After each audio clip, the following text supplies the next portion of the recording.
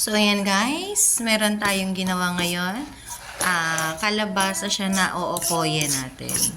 So, nalagyan ko lang siya ng isang pirasong itlog, harina, asin, betchin, at paminta. So, ayan. Kinadkad ko lang yan mga madam. Ayan. Kinadkad ko lang siya para maging maliliit yung kalabasa natin. And then, ipa-fried na natin siya mamaya-maya. So, ayan mga madam. Ang ating tortang kalabasa. Guys, piniprito ko na siya. Ayan, medyo nasunog pa ng konti. And then, ayan na siya. Ang ating tortang kalabasa. Ayan, na-request siya ng dalawa.